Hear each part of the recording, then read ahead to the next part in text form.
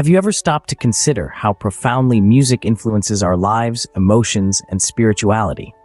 It's a resonating question, isn't it? Music in its myriad forms touches us deeply, influencing our mood, elevating our spirit, and shaping our very existence. Consider the power of a simple melody. It can lift your spirits on a gloomy day, transport you to a cherished memory, or even soothe your soul in times of turmoil. Music transcends language, cultural boundaries, and societal norms, speaking directly to our hearts and minds. It's a universal language capable of conveying emotions and experiences that words often fail to express. But it's not only about the joys and upliftment music brings. Music also has the power to affect our behaviors, perspectives, and beliefs. A song, a rhythm, a beat, each has the potential to stir up powerful emotions, instigate thought, and even shape our worldview. However, with great power comes great responsibility. The profound influence of music can also be deceptive. It has the capacity to confuse the soul, to lead us astray, to separate us from our spiritual path. This isn't a new phenomenon. The power of music has been recognized and utilized over centuries across civilizations for both noble and nefarious purposes. Music's unseen force is beyond our natural comprehension. It has the ability to reach and touch the very depth of our core. It's the reason we find ourselves defenseless against a haunting melody or a stirring rhythm. It's the reason why music is so instrumental in transcendental experiences across all religions. This is no exaggeration. The profound influence of music is real. It's all around us, in the songs we listen to, in the rhythms we move to, in the melodies that linger in our minds long after the music has stopped playing. It's a force to be reckoned with, a power to be understood, respected, and used wisely. Music holds an unseen force, reaching into the depths of our core, making it a potent instrument in transcendental experiences across all religions. It's a reminder of music's power, its potential, and its profound influence on our lives. Music's ability to dramatically alter moods is undeniable. Picture this: you're driving home after a long day, and a song comes on the radio. In an instant, your mood shifts. A single track has the power to switch your emotional state from joy to sorrow, and from sorrow back to joy. It's as if the music reaches into your soul, flicks a switch, and transforms your entire perspective. Music is much more than a mere arrangement of melodies and harmonies. It is a potent force that can stir up a whirlwind of emotions within us. It can transport us back in time, bringing forth memories of life's darker moments. A certain chord progression, a particular rhythm, or a unique melody can unlock forgotten corners of our mind, and suddenly we're reliving past experiences as if we're right back in those moments. But the power of music doesn't stop at evoking memories. It can also awaken feelings we never knew we had. A poignant song can stir up a sense of longing. A lively tune can inspire an inexplicable joy, and a melancholic melody can elicit a deep sense of sorrow.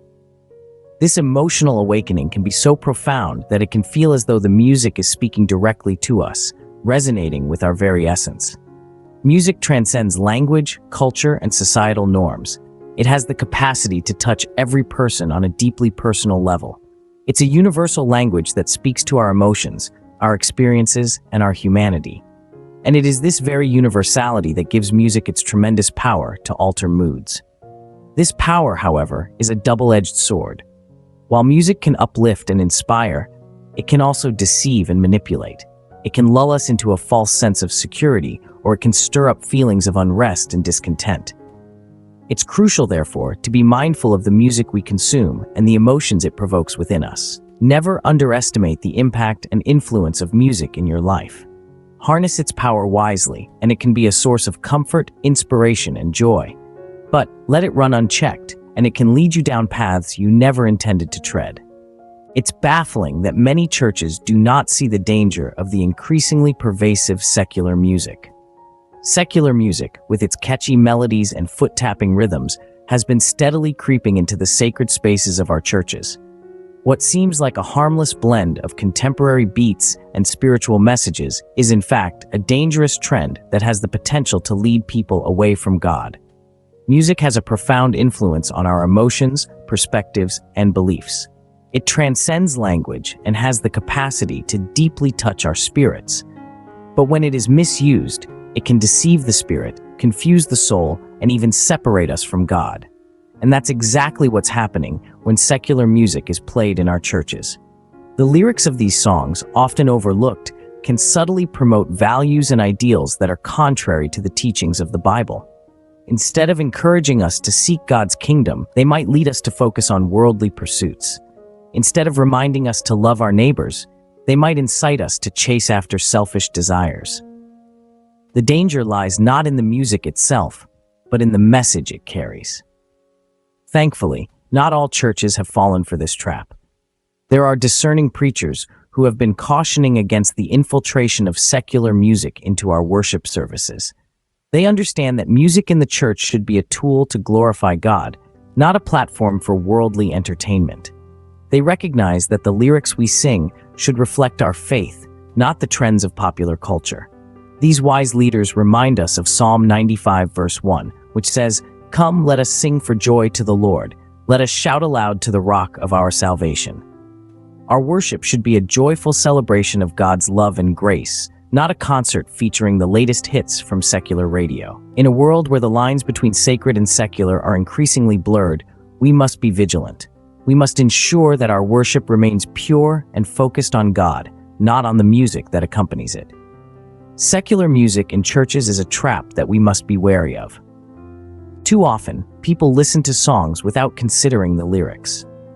A catchy beat or a mesmerizing melody can easily lure us into a trance, obscuring the underlying message that's being conveyed. The lyrics of a song can carry a profound meaning, a potent message hidden beneath the rhythm and tune. And sometimes, this message may not be as benign as we'd like to believe. Picture this.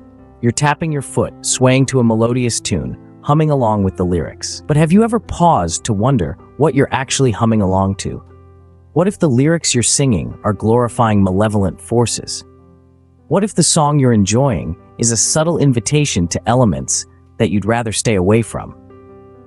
Music has a peculiar way of sneaking past our conscious defenses. It touches the very core of our being, resonating with our spirit, and thus has the power to influence us in ways we cannot even begin to comprehend. This is why it's crucial to understand what we're listening to be aware of the messages we're letting seep into our souls. Take a moment to reflect on Psalm 95 verse 1, which says, "O come, let us sing unto the Lord, let us make a joyful noise to the rock of our salvation." This verse highlights the importance of using music as a form of worship, as a way to connect with the divine. But what happens when the music we listen to, the lyrics we sing, are in stark contrast to the spirit of worship? Let's not forget that music has the power to deceive, to mislead, to create illusions. It can be used as a tool to propagate messages that are contrary to our beliefs, to subtly influence our thoughts and actions. So the next time you find yourself humming along to a catchy tune, take a moment to consider the lyrics. Ask yourself, what are you really singing about? The song you dance to and enjoy so much could be nothing but a glorification of some malevolent forces. Psalm 95:1 urges us to sing to the Lord, but are we mindful of what we're singing? This simple question opens a Pandora's box of introspection. It invites us to delve deeper into our relationship with music and our spirituality, and to truly examine the songs we're singing, the melodies we're humming, and the lyrics we're reciting. Music, in all its glorious forms, is a universal language that transcends borders and barriers. It has the power to lift our spirits, to soothe our troubled minds, and to connect us with the divine. But, like any language, it also has the potential to mislead and misdirect, especially when we're not fully conscious of the messages we're consuming. So, how do we ensure that the music we listen to aligns with our spiritual beliefs and glorifies God? The answer lies in mindfulness. Mindfulness in this context is about being aware of the music we're listening to, its lyrics, and its potential impact on our spirituality. It's about choosing songs that resonate with our faith, that uplift our spirits, and that lead us closer to God. But being mindful of our music choices isn't always easy. In an age of streaming platforms and auto playlists, it's all too easy to let the algorithms decide what we listen to. But as spiritual seekers, we have a responsibility to be discerning. We have a duty to sift through the noise and to choose music that nourishes our souls and aligns with our spiritual beliefs. Remember, every song we listen to, every lyric we recite is a choice, and these choices shape our spiritual journey. They can either lead us closer to God or they can lead us astray. So let's choose wisely. Let's choose songs that glorify God, that inspire us, and that remind us of our divine purpose. It's time we take a stand and be more mindful of the music we listen to. Remember, it's not just music, it has the potential to impact your spirituality.